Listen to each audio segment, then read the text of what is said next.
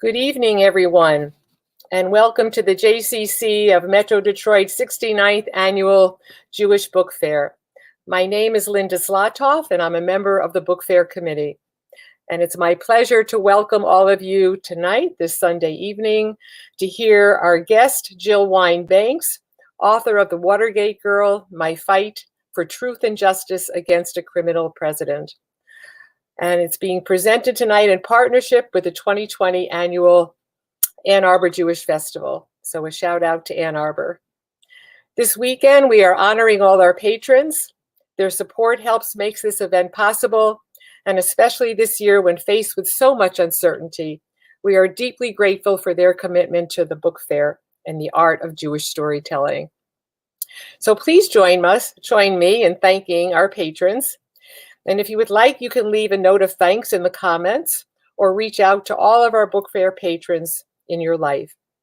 And while we can't give you the collective round of applause that you all deserve, we hope that you, our patrons, feel the appreciation for making the virtual book fair a reality this year. The goal of the Detroit Jewish Book Fair is to bring the best Jewish books and authors from around the world to Metro Detroit. This year, the rooms we're all sitting in may be different, but our purpose remains. The book fair runs until December 9th, and we have an exceptional lineup of events. To see our full event schedule and to learn about ways to support our Jewish book fair and watch events you may have missed and find our online store where you can find The Watergate Girl and plenty of other hand-selected books and gifts, visit our website, which now appears on your screen, culturalarts.jccdet.org/bookfair. This year, in order to provide as much programming to the community as possible, we've made all our events free. So if you enjoy this event and other book fair events, please consider becoming a patron or donating to our book fair. You can do either or both at the website that you see on our screen. It will appear again. We rely on our community support to make this annual event possible. So thank you in advance for becoming part of our family. And I also want to thank tonight's sponsors for their support of this event.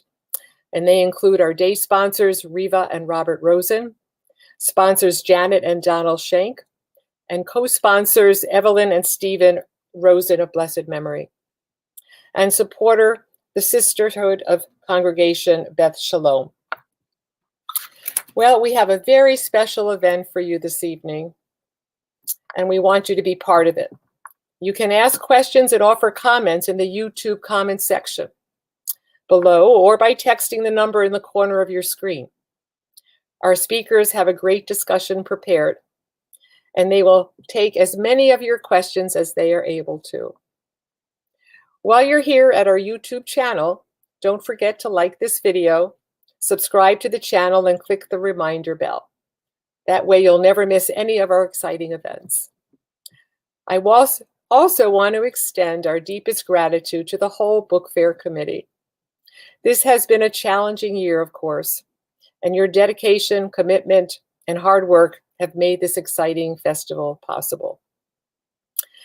The focus of tonight's event is The Watergate Girl, My Fight for Truth and Justice Against a Criminal President.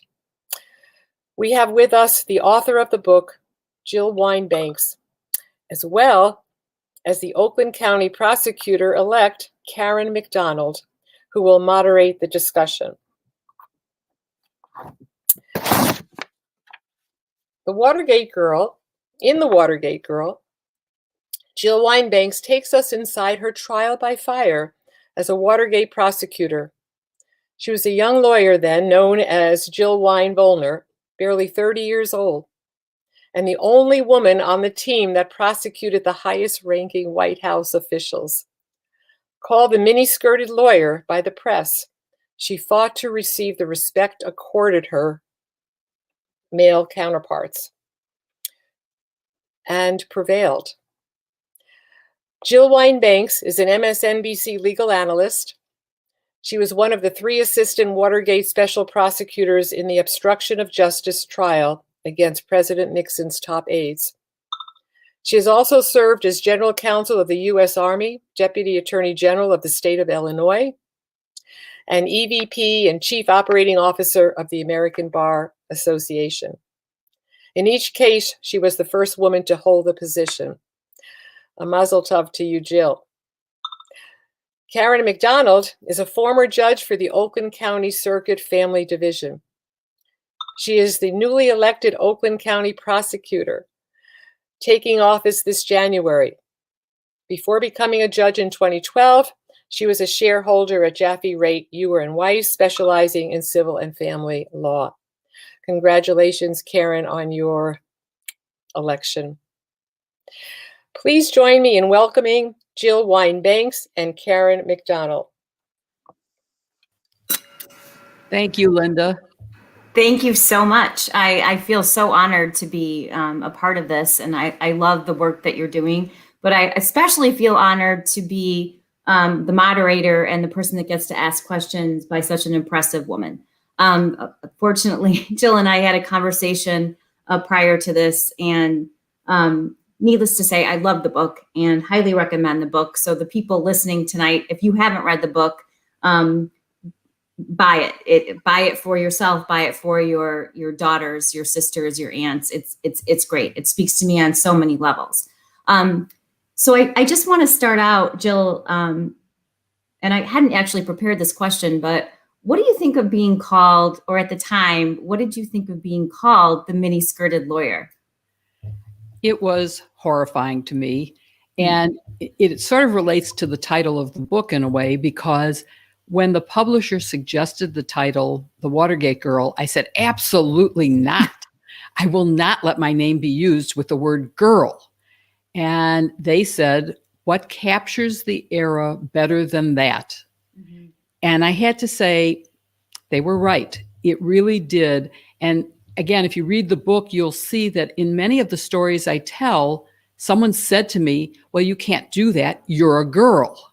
And they would say girl. So the Watergate Girl really has come to feel like exactly the best description. There are so many episodes of sexism that I encountered that I tell in this book. And believe me, for every story I tell, there's more than a dozen that I don't, that could make the same exact point. And there's a headline. And in fact, Eric, if you're listening, you could put up the picture of the headline from the New York Times that says mini-skirted lawyer. So while I'm going to keep talking, but hopefully Eric heard me. It was a terrifying thing to have to deal with, being introduced that way, being identified in headlines and just in news stories as what I was wearing that day in court before they talked about what I said. No, wrong picture. It's the headline. Well, there I am, always showing. There I am showing coming out of the White House after cross-examining Rosemary. And pictures of my colleagues were always headshots. Somehow Right. With me, they always got it full length. And there is the headline that describes me that way, but it also happens, there it is. It's hard Lawyer to see. In Lawyer in right. miniskirts. That's the headline. So it was pretty embarrassing to be known that way. No one ever said Richard Benveniste wearing a gray flannel suit, but they would say Jill Wine-Vollner wearing a pink miniskirt. So it was a way of discriminating against me, a way of saying I was different than other lawyers. Leon Jaworski used to introduce me when we were in person together meeting one of his, for example, people at his law firm. He'd say, I want you to meet Jill. She's a lady lawyer. And I'd go, Leon, they're seeing me. All you have to do is say I'm a lawyer. They'll figure the rest out. Mm-hmm. And he said, but I'm so proud of you. The fact that you're a lady is, no, I'm not a lady lawyer. I'm a criminal lawyer. I'm a prosecutor. Don't represent women. I represent the United States of America. And so it was something that was quite common back then. At that time, only 4% of all lawyers in America were women. Only 4%. And so I was quite unusual, and it made it difficult for people who had to deal with me. One example that's not mentioned in the book, I don't think, was my first solo trials were in Detroit. And Damon Keith was the first judge I appeared before. He later became the chief judge of the district. And he used to stand when I would enter chambers. Now, lawyers don't get that kind of treatment from judges. You stand when they enter. They don't stand for you. That's right. But it was his way of being a gentleman. He treated me fine in courtroom. He did not, and I believe his wife was either a doctor or a lawyer. So he was used to professional women, but it was just part of being a gentleman. It was just part of the era. And I really want to ask, there's this conflict when you're in situations like that, and even now I experience these, where do you actually make an attempt to correct or object because you don't want to seem you don't want to seem like you're not polite, and we always wrestle with that, being labeled a certain word if you object to that. So I wonder, certainly in 2020, I have the benefit of people who paved that way, like you. Thank you. And I don't really hesitate to correct somebody if I'm called a girl. But I imagine you had to that was a conflict about whether or not you really wanted to focus more attention on the fact that you were in so many ways and times just being devalued and belittled. I think it all depends on what your goal is and who it is and what the circumstances are. My reaction always varies. When it's the judge doing it, you cannot respond. He's going to be the judge the next day and the day after, and you just can't. And you'll see in the book, there are at least 2 episodes that I tell about with Judge Sirica. And those were times when you just let the blood drain from your face, you swallow hard, and you go about your business. In front of juries, I read you had to make that call in front of a jury a lot of times. I had, and in fact, that happened in Detroit. I had a trial where one of the defense lawyers was doing everything he could to undermine me in front of the jury. And one thing you cannot let happen is for the jury not to trust you and respect you. On the other hand, you've just mentioned the rules of engagement are different for a woman. We've seen that now with Kamala Harris. We've seen that now with almost any woman in a position. And there's books written about how to speak. And if you are too quiet, you're ignored. If you speak too harshly, you know what the word is. It rhymes with itch. And so you have to be very careful on how you respond. And so I take different approaches depending on who it is and what it is. In the case where the lawyer was, he walked up to me and sniffed and said, "Ooh, nice perfume." And he said it just loud enough for the jury to hear as he tried to take my elbow to help me up to a bench conference, as if I needed the help. I jabbed him in the ribs and said, "Don't ever touch me again," loud enough for the jury to hear, because they had to see me as someone they could trust and rely on. Right. In other cases, I have actually relied on a man to do something when Jeb Magruder, there were 2 really key witnesses for the prosecution in the Watergate case, John Dean and Jeb Magruder. And Jeb Magruder was my witness. And just before trial, I had him brought from prison where he was serving time to be prepared for trial. He came into my office, sat down. I said, "Good morning." And he started sobbing uncontrollably. He was heaving and put his head down on my desk. And the only thing I could think is that he had been in the DC jail the night before and that he had been raped. And I knew that he would never tell me, a woman, that was what had happened. On the other hand, I had to find out because he was beyond control. I couldn't question him. I couldn't prepare him. So I went to the oldest person in the office, who was an IRS agent who had become the father figure for the team, and said, "Tony, you have to go in there and find out what's wrong. He's not going to tell me." Now, it turned out my guess was wrong. He just didn't like being in jail. He had been in sort of one of those sort of federal, sort of like golf clubs. And being in a jail meant that the lights were on all night, the TVs were on all night, and he couldn't sleep, and it was very disturbing to him. So it proved something I already knew about his character, but it also was something that I had to fix. And it was a good thing that I got Tony to go in there to find out, because Tony was someone he would tell. And I've also used men as a front person when trying to accomplish something. When I was general counsel of the Army, I was trying to abolish the Women's Army Corps and help integrate women into the regular Army. I knew if I made too many of the arguments, it would be seen as a woman's issue. I wanted it to be a personnel issue, an HR issue.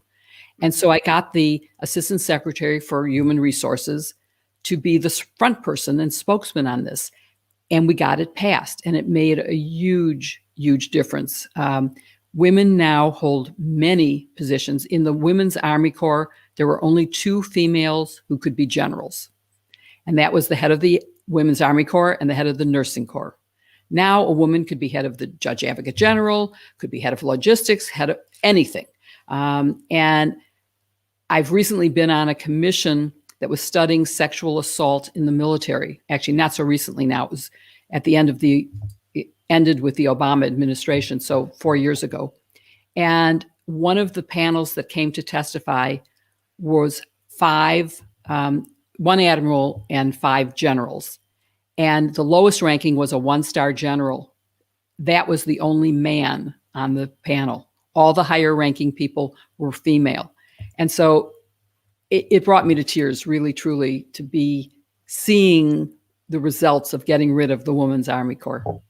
And, for those that we did the brief bio, and maybe some of our viewers haven't had the opportunity to read the book, but, for me, it's just very inspiring, but people should understand that it's not just that you were the first general counsel to the Army. You were also the first deputy attorney general in Illinois. You were also the first woman attorney, a deputy attorney general, the first female executive director of American Bar Association.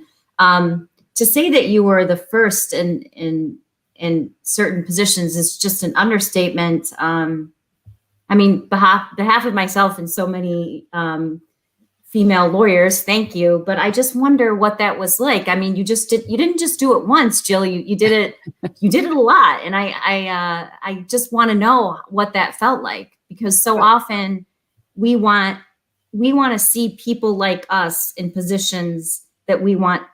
We need a path forward, and we need a roadmap. And so often it's just not there. And in your case, you weren't really following in anybody's footsteps. You were creating your own path. It would have been a lot easier to have had someone that I could go to and ask advice, but there wasn't anybody. My proudest moments are that I have opened the door and women have followed me. My successor as general counsel of the Army was another woman. And to me, that meant I didn't make up too bad a mess of things so that the men would say, well, women just can't do that job. We'll never hire another woman. And so I'm very happy about having been able to open doors. I think, honestly, if I thought about how many times I was taking on that challenge, and for anyone listening who's been either the first woman, or if you've just been the older sister and you do something, you know that if you make a mess of it, your younger sister is not going to get the same benefit. And so it's not that different, but I try not to think about the danger or the risk. I mean, I do calculated risk. I don't just, I parachuted, but I knew that it would be safe. I just somehow knew it would be. But a lot of times, if I thought about the fact that when I first went on television, that this could open a whole new career and that I had no idea what I was doing, that I was totally not trained for this, I might have gone, oh, I can't do that. But somehow my parents raised me in a way that let me think that I could take on these challenges. And I cannot explain how that happened. My mother was a stay-at-home mom. My father was a CPA. I had two aunts actually who were college graduates, and one who was the head of the B'nai B'rith in Chicago, and she was an inspiration to me. I also saw Nancy Dickerson, who's now maybe known as John Dickerson's mother, but was one of the first women in broadcast TV when I was in college. And so I knew that there were women who had done some of this, but I also know how hard it was. When I graduated with a journalism degree, I was offered jobs on the woman's page. I wanted to cover legal events or foreign affairs or just general hard news, the criminal courts or something. And I did not want to be on the woman's page. So I ended up going to law school for that reason, which obviously opened a different door because I ended up then practicing law for a long time. But now, almost 50 years later, I'm actually using my journalism degree. So, which is remarkable. Just shifting a little bit, can you talk a little bit about what your cross-examination, and obviously as a lawyer and a prosecutor, I found it very compelling, but I actually think it's a compelling read regardless of whether or not you're a lawyer. Your cross-examination of you called it the Rosemary stretch and right. what occurred, because if people haven't read the book, I really want to touch on that because it was just a highlight of the book for me. So let me put it in context for particularly someone who hasn't read the book or doesn't know Watergate history. And by the way, I do hope that it won't be just for your daughters and your sisters and your mothers, but that the men will read it, because I think there's a lot of lessons in the book for men as well. Not just lessons, but hopefully it's a good story well told. That was my goal in writing. But okay, so the background is that we were preparing our case, trying to get an indictment, and we had Jeb Magruder and John Dean as our witnesses. And that meant that it was the president and his top men saying no, and our witnesses saying yes. And that's a hard position to be in. And then we were appointed in May. In July, Alexander Butterfield, an aide to the president, testified that there were tape recordings, which meant that John Dean, who had already testified without any knowledge that there was a taping system, could be corroborated. If there were in fact tapes of his conversations with the president in the Oval Office, as Butterfield was saying, we would be able to show that he was right and that the denials were a lie. So we immediately got together to subpoena tapes. We were very careful and very cautious. We only subpoenaed 9 conversations that we could establish were within the fraud crime exception. There is such a thing as executive privilege. There isn't such a thing as total immunity, but there is executive privilege. It doesn't apply if the conversation is in furtherance of a crime. So we subpoenaed 9. The president said, nope, I'm not giving them to you. He's stonewalled and stonewalled. Then in October, so we've now going from July to October, we decided that there had to be a press conference where Archie Cox, the special prosecutor, would explain to America why we needed the tapes and why we had a legal right to them. And we had that on a Saturday morning. And that night, the president was not moved by our arguments, although the American people were. And he said no, and he ordered his attorney general to fire Archie Cox. The attorney general said no, because there was no cause, and he had promised Congress. It sounds a little familiar, but we'll get to that. Right. This is the Saturday Night Massacre, what became the Saturday Night Massacre. He got fired. The deputy who took over got fired. The solicitor general, who was the third in command, said, okay, I'll do it. And he fired Cox. So now you had the AG, the deputy AG, and Cox fired. America rose up in protest. And 3 days later, on October 23rd, the president said, okay, I'll appoint a new special prosecutor and I'll give you the tapes. We were waiting for those 9 tapes. And then on Halloween, almost as if a Halloween surprise, he said, well, there are 2 that are missing. I can't give those to you. Judge Sirica ordered a hearing. And at that point, there were only 2 of us. There had been 3 lawyers who were trial attorneys. Jim Neal had returned to Tennessee to tend to his newly opened private practice, and leaving, he's now known as Richard, but at the time he was Rick, leaving Rick and I in charge. Rick was a couple of years ahead of me. And so when the hearing was set by the judge, I felt Rick was taking too many witnesses. And so I pulled him out of the courtroom and said, Rick, I've learned my lesson at the Department of Justice.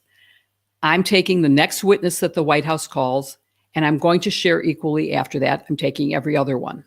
So you didn't ask him, just to be clear. You told him. Didn't ask. No, I informed him, and he went, oh, okay, yes, he agreed. He backed off.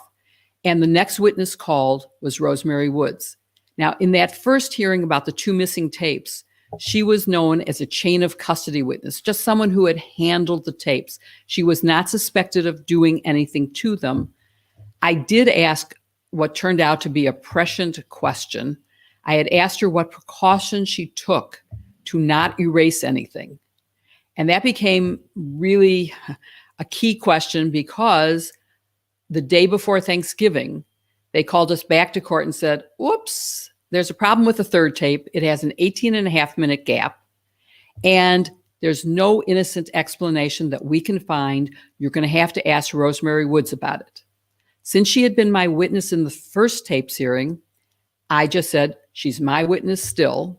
I spent the weekend preparing for the cross-examination and preparing to violate the one rule that you get, which is never ask a question you don't know the answer. If you don't know the answer. But I didn't know the answer, but I had to ask the question, what happened? How did you do this? And Eric, that you might want to show at this point, there are two pictures that might help. One is the Rosemary stretch number 2. And what happened, she said, as I asked her, was I was using, and the other, by the way, is called UHRER, UHRER, which is the machine she was using to transcribe the tapes. And she said she was transcribing, the phone rang, she took off the headphones she was using to listen and kept her foot on the pedal below, which kept the reels. It was a reel-to-reel tape recorder. And the reels, that's the picture of her showing how she, after hitting, instead of stop, the record button, she reached for her phone, but kept her foot. If you look carefully at that picture, you can see her foot on a pedal under her desk, and she's reaching for the phone instead of taking her foot off the pedal and wheeling the chair to the phone. She said she hit the wrong button, kept her foot on, it kept erasing while she was on the phone. And so when she said that in court, it made no sense. And so I said, let's have the machine brought here. Let's do a demonstration. When she tried to demonstrate in court, as soon as she pointed to the headphones, gently moving her finger, hardly at all, it came off the pedal and the reel-to-reel stopped. And you can see, by the way, that dark button, that's the record button. And it's dark for a reason so that no one accidentally hits it. But she insisted she hit that. And so tell me, what do you think, first of all, what do you think was on that 18 minutes? And what do you think really happened? So I know what's on it had to do with Watergate. And the way we know that is we have Haldeman's notes. In fact, I actually have those, the HRH notes. He was known as Bob Haldeman, but his name was really H.R. Haldeman. And his notes show that, as she described, the conversation before the 18-minute hum is about Ely, Nevada, and you can hear that on the tape, and that you can see in his notes, after Ely comes Watergate. And it says, PR, what can we do? What's offensive should we take? And that's very clearly laid out. So we know it was a conversation about Watergate, and the hum lasts exactly as long as the conversation about Watergate, because the next subject is listed, and that's when it resumes. Here's what we know. We know that it was erased deliberately. It was not one continuous erasure. Not as she had said, I pushed it once, it erased, that was it. It was erased 7 to 9 times. We can tell that from the experts' review. We know that it was about Watergate, but we don't have any proof of who actually erased it. You asked for my theory. I did ask for your theory. That Richard Nixon would have, before turning them over, said, okay, I'm going to listen to the tapes. The first tape on our subpoena is this particular tape that has this gap. I'm theorizing that he was listening to it and went, ooh, that sounds incriminating. I'm going to erase that. Then he listened some more, erased some more, listened, erased. And he may have done it with Haldeman or with Alexander Haig, who was his chief of staff, and who became famous later as Secretary of State, saying he was next in charge, forgetting about the fact that there's a Speaker of the House who takes priority in terms of succession. But so that's what I think happened, because when Rose heard the hum, she ran into the White House, into the Oval Office, saying, oh, Mr. President, I've made a terrible mistake. Mm-hmm. And he said, oh, don't worry about it. It's not a subpoenaed tape, which is, of course, a ludicrous idea, since it's clearly one of the tapes that was asked for. And the next thing he did was call Alexander Haig and leave the White House to drive around Washington, D.C., going nowhere, just driving around so they would be away from the office. And I suspect that they were talking about, she thinks she did it. Let her think that. Let her take the blame, which is a terrible thing to have done to her. She had been so important in his life, so loyal to him. And by the way, although she is known as his secretary, she was truly a part of the family and truly an advisor to him. In a different era, I think she would have been the chief of staff, not his secretary. And that actually leads me to another question. Mm-hmm. What I find so impressive is your cross-examination of her made headlines, and it made history. And obviously was quite distressing to her and embarrassing. It must have been. But yet in the book, and even now, you show such compassion to her. And I think that's worth talking about, that even as prosecutors, even though your job is to seek justice and show a spotlight on inconsistencies and people who are not necessarily testifying in a credible way, but you still felt that she was in some way a victim. That's more in hindsight. At the time, I felt no sympathy. First of all, as you noted, a prosecutor's job is to get justice, to get the truth out. So I ask questions. It's up to her to give the true answers.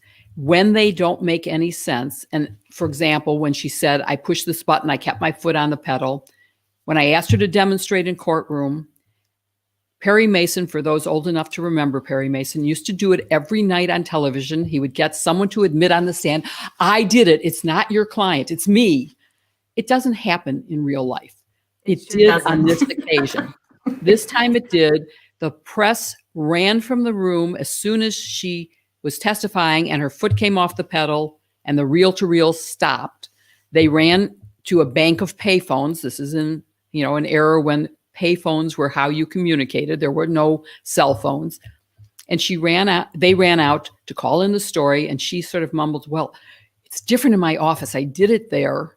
And so I said, well, Your Honor, maybe we should adjourn to the White House. And for some reason, nobody objected. And the next thing I find really shocking. I mean, that they agreed to do that. I mean, that's pretty amazing. Pretty amazing. And that's what led to those photographs were taken by the White House photographer, Ollie Atkins. They would not let us bring a photographer, which is what I wanted to do, because how could I trust the White House photographer to capture what I was seeing? Right. And there is one thing and it's not in the book, But there is one picture that didn't come out, which I know if I had had my own photographer would have. And that is, if you can go back, Eric, to the photograph of the Rosemary stretch, you can see how far she's stretching. But the phone, actually, I could see a trail in the dust on her desk had been moved slightly closer away from the wall. The photograph of that trail, I asked the photographer to take a picture of, and it came out as a blurred flash. And the only way that it could have been introduced meaningfully is if I had testified. And of course, that is not possible for me to have done and stay in the role of prosecutor. Right. So it simply wasn't worth doing. But it was an interesting fact that we didn't have our photographer, and it might have made a difference in what this, by the way, is an evidence photo that was introduced in the court. And it became the front page of every newspaper and every magazine. And it did embarrass her. And I didn't do it. I didn't ask the question. I didn't ask for her to make up this story. She told the story as this is what she believed happened.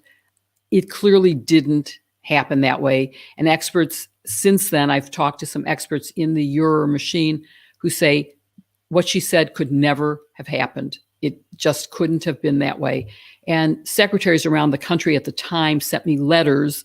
Again, there was no email, so that was actual physical letters saying, it can't happen that way. I used that machine. It couldn't have happened. So we know she wasn't telling the truth. She did not get indicted for several reasons. One is because to have proved the case, it would have helped to be able to prove how it got erased, which we couldn't do. And secondly, because there would have been a huge sympathy factor for her. And it was really a diversion from the main case. So we did not indict her, even though I don't believe her testimony was at all true. We do have a question, which was actually kind of focuses on my next question from Cheryl Corlitz. What was your attitude at the time that the president would erase those tapes? Were you shocked? Were you jaded about White House politics at that point? There's a moment in the book that I think she remembers too, where you hear the words of the president saying, you know, we need to take care of this. And you have such, I mean, as a reader, you can really feel that the impact that had on you. The tapes are quite dramatic, and I urge everyone listening now to go on the National Archives site. You can listen to these tapes. They're available. They're hard to hear, but it's worth it. In addition to the tapes we played at trial, and by the way, we ended up getting 6 of the 9 because 2 were missing, 1 had the gap. But then after the indictment in March, we subpoenaed 64 tapes for trial. And it was one of those tapes that became known as the smoking gun tape, in which Richard Nixon can be heard saying, let's use the CIA to stop the FBI from following the money. That's where the follow the money came from. And really showed that from the very beginning, Richard Nixon was the leader of this cover-up, along with his top aides who all got convicted. But listening to the tapes is so disturbing. I was brought up to respect the president and the presidency, regardless of whether it was someone that my family had supported. I mean, I'm talking about when I was young enough that voting was not even a glimmer in my mind. Mm-hmm. So it was very disturbing to think that crimes were being committed in the Oval Office. And of course, there were crimes being committed in the office of the Attorney General. That may sound familiar again, too. But Mitchell, who became the head of the committee to reelect the president, which the shorthand for is CREEP, was Attorney General before he became the head of the reelection campaign. And he approved the break-in in his fancy office as Attorney General. Mm-hmm. His only objection was the first budget was for $1 million. And he said, well, that's too much. Cut the budget and it'll be okay. So they cut the budget and he approved it. So it's very disturbing to me, who believes so fervently in the good that government can do, to have seen this. And when I heard the first tape we heard was the tape that corroborated John Dean's testimony about telling the president on March 21st that there was a cancer growing on the presidency and that it was going to take him down if he didn't stop it, referring to the cover-up. And you can't listen to that and not know that the president is a criminal. And that's and yet listening to that with your ears at the time, we have such a different, we hold our elected officials to such a different standard. I read the line about the accusation, which was that they were accused of massive conspiracy by deceit, craft, trickery, and dishonest means. And I couldn't get past that when did we move past the era where that's not a remarkable thing anymore? I would say the answer is based on, number one, the new media that we have. Back then, we had 3 networks and 3 networks only. We had a couple of newspapers that were national papers, the New York Times, the Washington Post. And everybody had the same facts. So that meant that everyone in America had the same information.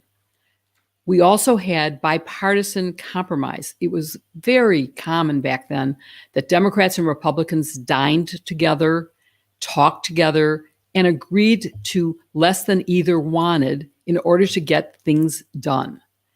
That era has gone away. We now have politically gerrymandered districts, which the Supreme Court has approved. We now have Fox and MSNBC and Breitbart, and people believing lies.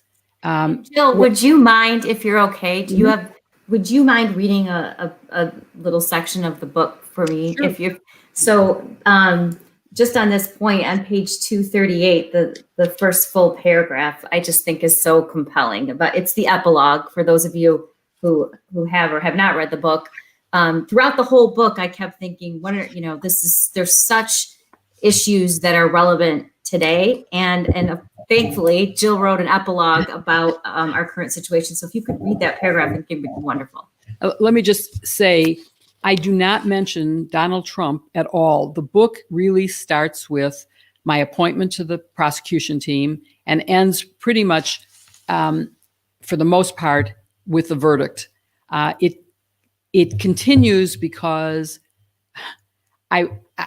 originally the book was supposed to end at that point, but it was such a downer to end there that I said it should end after I've been general counsel of the Army and I'm moving back to Chicago to marry my high school sweetheart, because I had been in such an unhappy marriage. And when I joined private practice, it was like, oh, after Watergate, this is what I'm doing. I'm trapped in this bad marriage and I'm doing silly, civil having made that tradition from being a prosecutor to going into civil litigation. It's really hard. Really hard.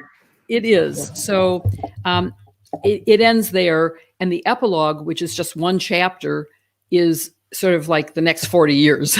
So it's very, I felt that it had to mention what I think is obvious in the book itself, the similarities to what happened recently. How similar it is.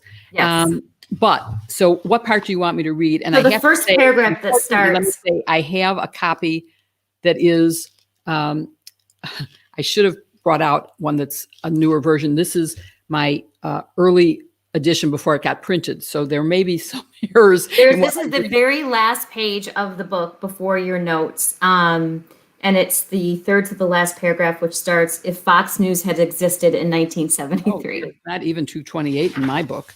So right before my notes. 238, yes. Okay.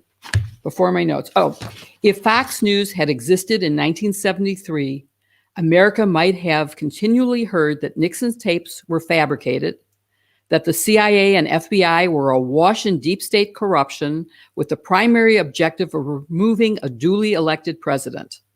Perhaps I would have been accused of having secret motives to harass the Nixon administration. Rosemary Woods might have appeared on Fox News to tell Sean Hannity that it was I Jill Wine-Vollner, who had deleted the 18 and a half minutes from the June 20, 1972 tape because the missing material actually exonerated Nixon, and I wanted him out. And you know what? There's more than 70 million people who would have believed that. When I do commentary on television, I don't read just news articles. I read the underlying material. So if someone is indicted, I read the indictment. I don't read a summary in the news because I want to be 100% accurate in what I say to people listening. And then I hear something on Fox News that is like, how did they make that up? How can they get away with it? So it's very— And more importantly, why do people believe it? That's because that's what they're listening to. And, the rule of propaganda is say it loud and say it often. And how many people have been interviewed who say, well, I believe the election was stolen. I believe he got more votes than Biden. Well, every state has verified and recounted. There have been 3 recounts in Georgia. And Biden actually ended up with more votes after the recount than he had before the recount. So, but we are dealing with this, especially in Michigan. I don't know. I'm sure you followed. Yes. And if anyone had the opportunity to watch Saturday Night Live last night, it's impossible not to spoof what occurred in our Michigan legislature. Melissa in person was even more outrageous than the parody of her on Saturday Night Live. But I hope everyone will watch both her testimony and realize how destructive it is for democracy to have that kind of nonsense being put forward. I believe that the lawyers who are presenting this are guilty of disbarable offenses, that they are lying and putting forward frivolous law. They should also pay penalty in terms of court costs for having done this. But yes, the testimony before your Senate must be one of the great moments in this attack on the election. Well, we're making the headlines in Michigan for a lot of reasons. In my view, not such great headlines. We have time for a couple more questions. There was one from a viewer. How did you feel when Ford pardoned Nixon, and do you think justice was done? And again, pardons are on the mind. Pardons should be on the mind right now.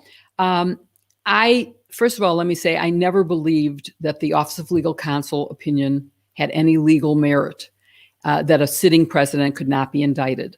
And I fought to have Richard Nixon indicted while he was a sitting president. As soon as he resigned, my team went right back to the special prosecutor and said, okay, he's not the sitting president. It can't interfere with his doing his job. We can indict him now. While we were debating it with Leon, he got pardoned. And a pardon is forever. You can't do anything about it. So we had no choice. I worried, number one, that a jury would acquit his co-conspirators because the main guy wasn't on trial. They did not. They did convict, but it was a risk and very disturbing. And I felt that justice wasn't done because he didn't have that. He did suffer by being forced to resign in humiliation. I don't think that Donald Trump's being voted out of office is the same thing. And when he accepted the pardon, when when Nixon accepted the pardon, it was presented to him with a Supreme Court case called Burdick that basically says, if you accept this, you are admitting guilt. So he knew that he was admitting guilt. And I think we all ought to keep in mind that that case hasn't gone away, and that if anybody takes a pardon, they are admitting that they are guilty of crimes. And that's a pretty terrible thing.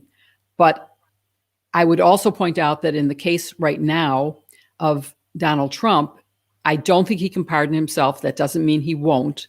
I think no, it doesn't. He could use the 25th Amendment, resign for a day, let Pence take over as president, pardon him, and then say, I'm cured of whatever it was that made me resign. I'm back.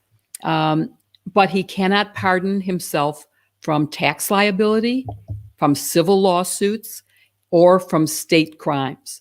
So there is still a way that justice could be done at the same time as he gets pardoned. But there is, now that I'm more mature than I was at 30, I have to say that in a way, I really do want President Biden, now President-elect, to move on and get things taken care of in America. I want to see. I agree. We just have such pressing matters. I mean, we have Right. people dying, and So I just this would be a diversion from that.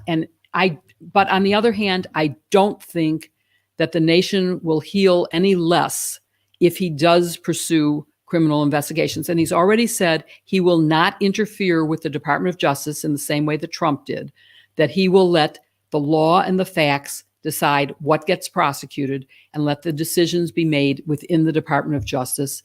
I look forward to who he will appoint as Attorney General. I hope it's someone that we all can say is neutral, who isn't politically active, who will act independently in carrying out the role of the Department of Justice. Do you have any predictions? I don't. I mean, I've heard so many things. I was on Politics Nation yesterday with Reverend Allen. That was one of the subjects talked about. I, of course, would love to see Barbara McQuaid, who's one of my sisters-in-law on MSNBC and is on a Detroiter.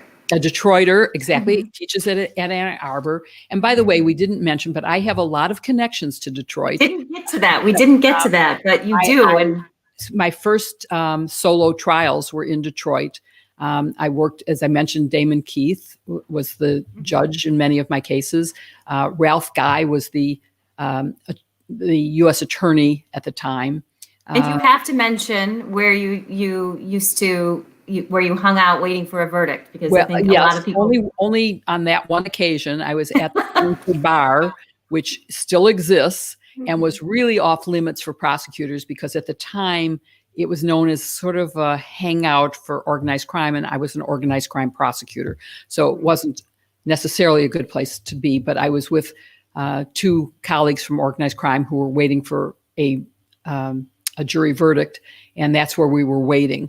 So yes, I have lots of fond memories about Detroit, and I returned again as General Counsel of the Army when we were working on what is now the M1 tank, and I was responsible for the contract, overseeing the contract, and I got to ride in a tank. And Eric, if you can, if there's time left, you can show me riding in a tank in Detroit, which was one of my more fun episodes as General Counsel. Well, he's pulling that up. We do have a lot of questions, but one that I want to, where do you get the strength to stand up and be counted in such a male-dominated profession? And I sort of want to also layer that with another question, which is, what I was so impressed with is you didn't just talk about your professional accomplishments. There you are in the tank. Wow. That's you great. can't see the whole tank. At least I can't see the whole tank. I can only see the top, the Garrett. Yeah. But anyway. But that There you it did is. so. Yeah. Oh, there we are. Yes, but that you did so also in a time where you were personally really struggling in your marriage and not feeling at all loved or embraced, and which makes it to me more impressive that you really did find the strength to stand up at a time when I think at one point you mentioned in the book that you were the only female lawyer in the courtroom. I would say that I'm good at compartmentalizing and suppressing, and that if I want to do something, I just focus on that and I do it. It is hard when you don't have role models. And I will say this, Rick and Jim Neal, who were the other two of the three of us, have great charisma and drama and pizzazz. I'm a much more organized, I build a compelling case by going fact 1, 2, 3, to the point where at the end you go, wow, that's obvious. And I thought that it was a less good way of doing things, that theirs was the way, because I was judging myself against men. And then I found out when I moved to Chicago, I was a partner at Jenner and Block, and one of the top partners was the former U.S. Attorney for the Northern District of Illinois, Tom Sullivan. And I tried a case with him, and lo and behold, he tries a case exactly the way I do. He doesn't yell, he doesn't shout, he doesn't use hysterics. He just presents fact 1, 2, 3. So by the time you get to the end, there's an inevitable conclusion. So I don't know. I just think I've never let fear stop me. When the Army said, oh, let's give you ejector seat training so you can ride in this plane to see how we collect intelligence. And there was a reason for it, because I was overseeing intelligence operations for some part of it. And I said, okay. And then I'm sitting there thinking, what if something actually happened? I've had, an hour of training. People who actually eject have hours and, days, weeks, months of training. But I just do it. The first time I had to speak to an audience of like 1,000 people, I was like, oh my God, how am I going to do this? But I want to do those things. I do them. And now, as I get older, I talk to strangers in elevators, something I would never have done before. I would have been too embarrassed to do that. And so I think I'm a lot freer now than I was. And being on MSNBC has opened a lot of doors to feeling like I can speak up and I can say my opinion. Because I have all these wonderful Twitter followers and Facebook friends, Instagram. I actually follow you on Twitter, and I recommend that everybody else do. Thank you. On that note, and sort of the last question about speaking up, again, I just want to ask you to read a couple sentences in your book, because it really is a Kamala moment. And I wouldn't forgive myself if I didn't ask you to read.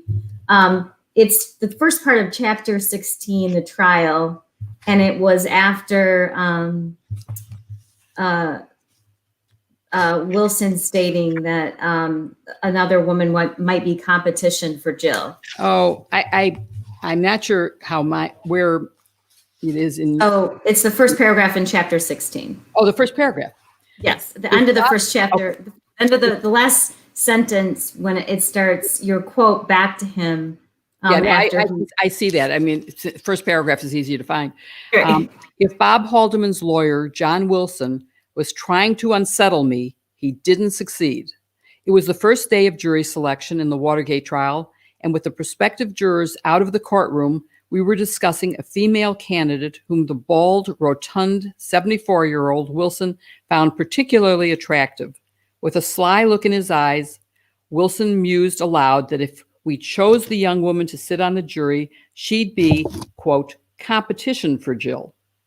I wasn't about to let Wilson get away with this chauvinistic remark. Mr. Wilson, I said in as stern a tone as I could muster, I expect you to treat me as you would any lawyer in this case. I'd appreciate your never making another comment like that again. He never did. It was, when I read that, I thought it's just, excuse me, I'm speaking. It was, that's what I thought of. And we are out of time. I cannot tell you what a privilege and honor it has been to moderate this and have this conversation with you. And again, on behalf of so many women in this country, not just lawyers, but professionals, and me, thank you so much for what you're doing and the path you've paved. Thank you so much, Karen. And my only disappointment is that I'm not there in person.